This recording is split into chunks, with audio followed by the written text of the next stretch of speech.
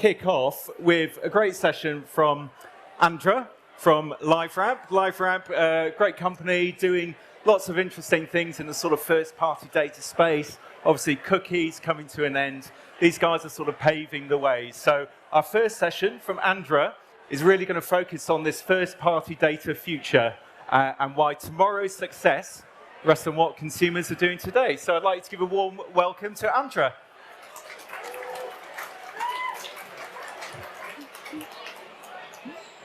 Thank you, Dan. Hi, all. Welcome to day 2 of MadFest. I'm really excited to be here with real people and speak to you all in person. It's great. I'm Andra, and I'm from LiveRamp. We are a data connectivity company that makes it safe and easy for advertisers to use data effectively. So the theme for the event this time is, where do we go from here? And today I want to take the next 10 minutes or so to talk to you about how we should be thinking about our marketing and our customers after the pandemic and the crucial role that data will play. But first things first, let's have a look at what's been happening in the data and technology landscape over the past few years. The past few years have seen a lot of scrutiny over how consumer data is being used. A series of new laws and regulations were passed in Europe and in the US as a result. You guys are all probably familiar with that. I won't mention the G word. It's been around for too long. We've talked about it too much.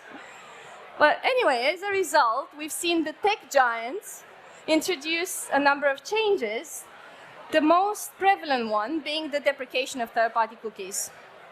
Safari and Firefox announced it first, and then Google was quite quick to also join the bandwagon and announce the deprecation of third-party cookies. Just to be clear, third-party cookies were never meant to track people around the web in a compliant way. They were not made for it. And now, Google also announced that first-party cookies are going to be retired from the beginning of next year, or not. According to their announcement 2 weeks ago, it might be delayed by a further 2 years. Look, whether it will happen next year or the year after, one thing is for sure. Third-party cookies are going to go away, and they were not a good way of tracking people in a compliant way in the first place. In any case, we've all been spending more time online over the past year and a half, doing more things online, such as more shopping of all kinds. And let's be honest, we've all been watching more Netflix. So whether it is the personalized experience shopping on Amazon or the personalized content that you get curated through Netflix, whether we realize it or not, all these experiences have shaped us over the past year and a half. They've shaped our expectation for a more personalized and unified and relevant interaction with brands. The reality is that we now almost expect personalized interactions with brands, which presents some opportunities for these brands, but also some challenges. As we see them, these challenges are mainly around scale and efficiency. Starting with scale, what I mean by scale is actually data connectivity at scale, because we see advertisers ask, how do I connect my customer data across into this fragmented digital media ecosystem where my customers are spending time online, and how do I do that at scale? And also, it's not about just reaching my existing customers. It's how I step outside into this unknown sphere to find new prospects that can become my customers. And then there's the efficiency play, which is really important because companies have lost money during the pandemic. I saw this piece of research from the Retail Association on my LinkedIn feed the other day, saying that at least 5,000 physical stores have been closed since the start of the pandemic. So now more than ever, it is important for businesses to achieve greater efficiencies with their digital media investment. So they're asking, how do I really know what is working and what is not working in my digital media investment, so I can really start to optimize. Now onto the solutions. We believe that it starts and continues with first-party data. I just want to clarify what we actually mean by first-party data. It is actually the data that you, as an advertiser, have on your customers through direct relationships with them. So it can be things such as a CRM data set, for example, that you have on your customers, or data on your website from your customers visiting it.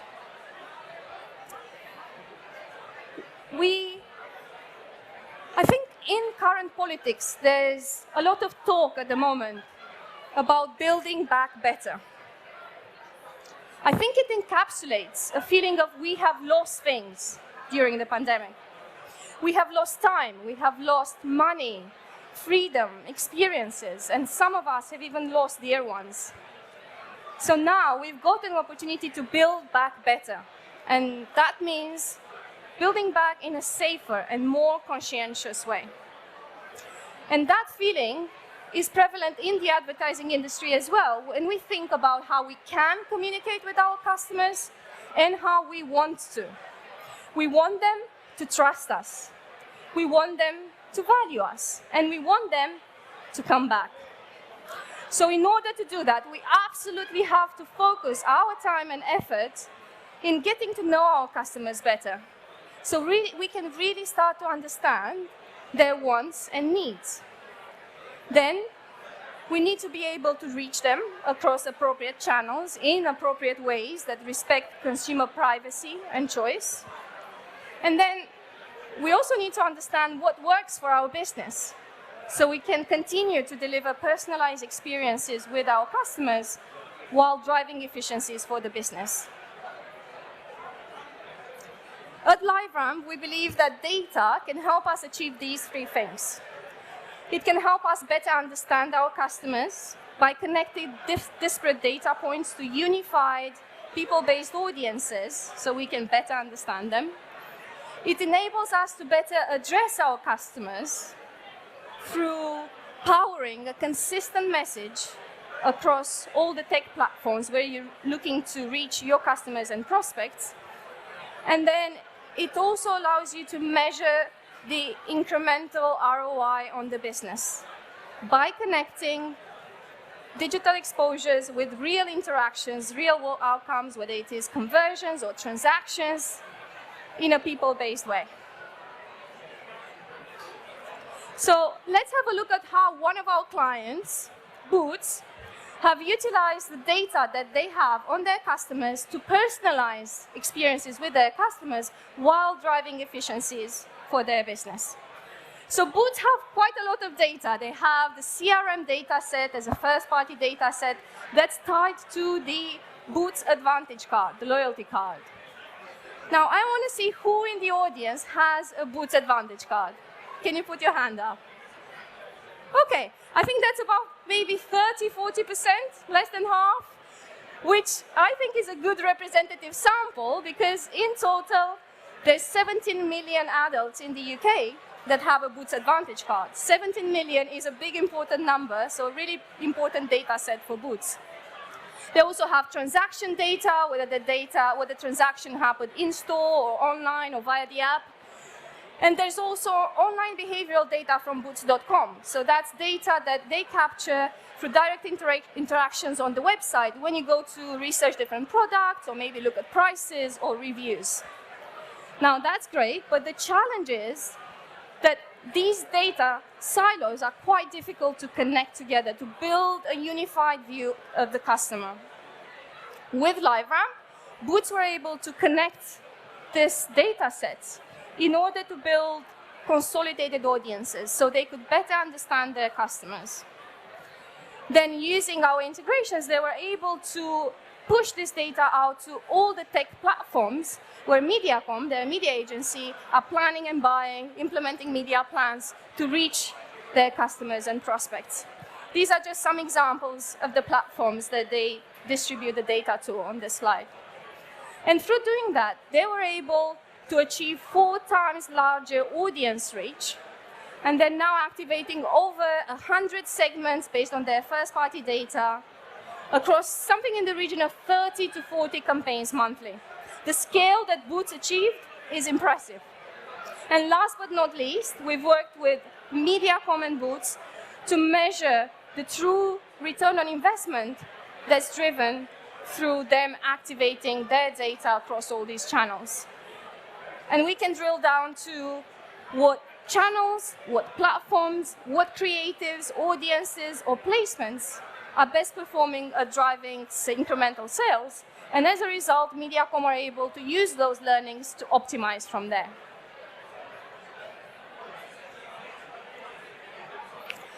To sum up, we've seen monumental shifts in consumer behavior, but also in the data and technology landscape over the past few years. So the question is, where do we go from here? And I think the answer is simple. We go where the customer goes. We seek to better understand them so we can better serve them. And the safe and effective use of data can help us do that. Thank you. Give it up for Andra. Great session, Andra. Really enjoyed that. That was really cool. I thought Boots, really interesting brand, have announced this big strategy around personalization at scale. They're here today looking at startups that can help them achieve that ambition. Yeah. How do you see this first-party data feeding mass personalization? How have I seen it? Or have I seen it? Yeah, how can first-party data enable mass personalization? How can it do it? Yeah, exactly.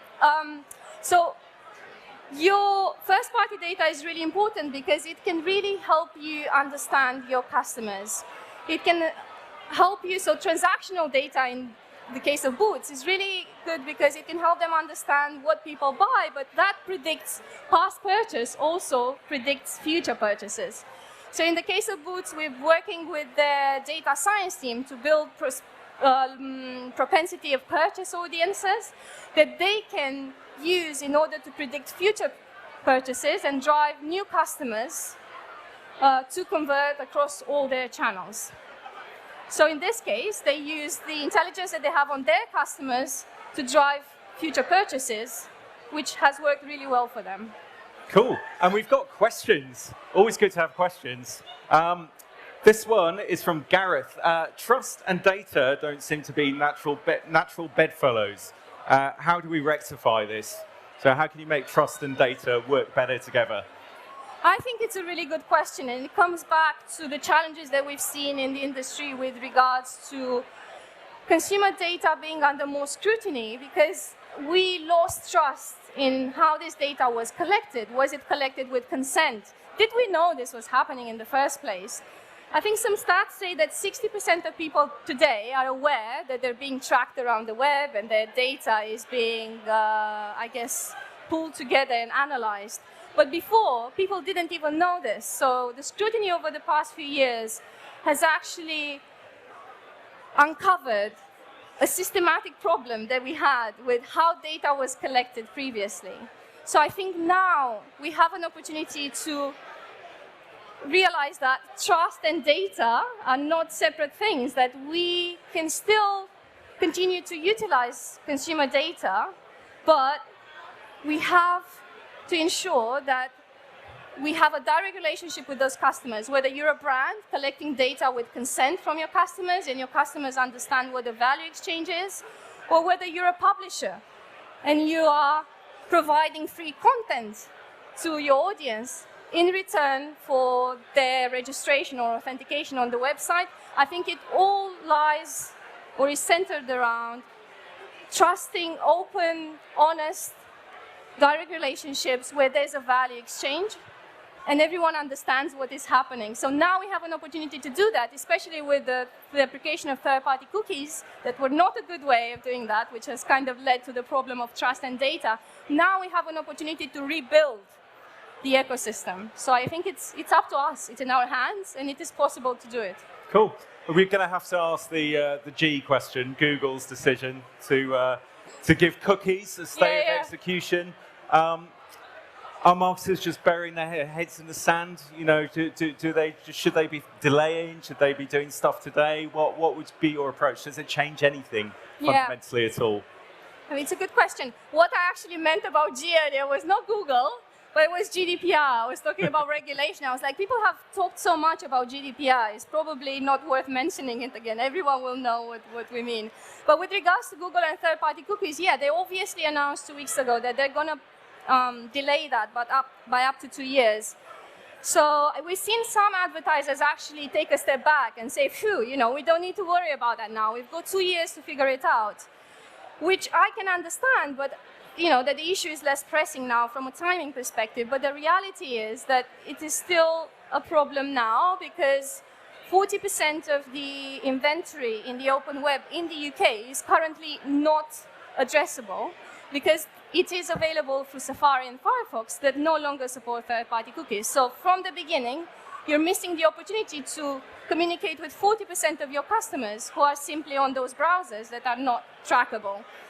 And it's just a matter of time until Google retire third-party cookies as well. So I think the time is now to be testing and learning, to be looking at what solutions are available out there in the market and what are the solutions that are future-proofed by respecting consumer trust. Cool. And the whole ad tech ecosystem, you know, is underpinned by a lot of companies who are basically based on cookie-based targeting. How do you see the ad tech ecosystem evolving? I mean, see all those Luma partner, Lumascapes, you know, what's going to actually happen to the ad tech landscape? It's interesting. I think over the past 10 years, you know, it's sprawled from 10 or 12 companies to hundreds. And that Lumascape just exploded, didn't it? I think with the changes in regulation over the past few years, we've actually seen more of a consolidation happening, where some companies that were tracking people around the web without their consent are now out of business. I have actually seen companies over the past few years that used to sell third-party data now no longer able to do that. And I think that is a good thing because we needed a spring clean of the industry. And I think it gave us a good opportunity to do that. Cool. And we've got time for one more. So this stuff is really complicated, right? Unfortunately, it is. Yeah, perhaps we prefer to have cookies, but what 3 things should a brand be doing today to actually prepare for the future? I think the most important thing is for them to start looking at what solutions are available out there and what solutions will work best for them depending on their business objectives. The second thing is really trialing, testing things out. I don't know if there's one solution that is going to solve for everything, but there's multiple solutions out there that solve for different things. So testing and then really optimizing towards what works and scaling from there. Andra, we're out of time. You've been a superstar. Put it together for Andra from LiveRamp. Thank you.